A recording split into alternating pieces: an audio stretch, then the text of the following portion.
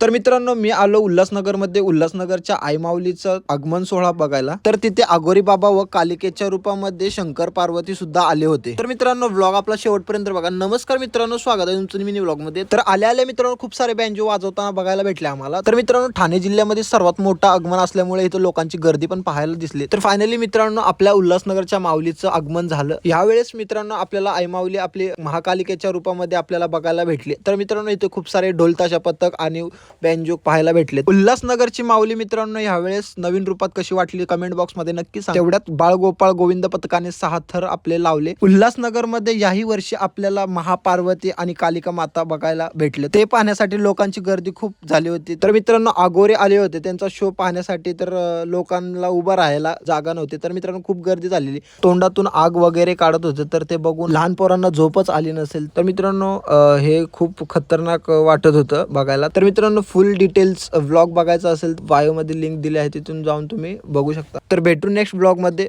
Vlog आवडला असेल तर मित्रांनो एक लाईक करा आणि आपल्याला फॉलो करून घ्या मित्रांनो। भेटू नेक्स्ट ब्लॉग मध्ये। Tata bye bye.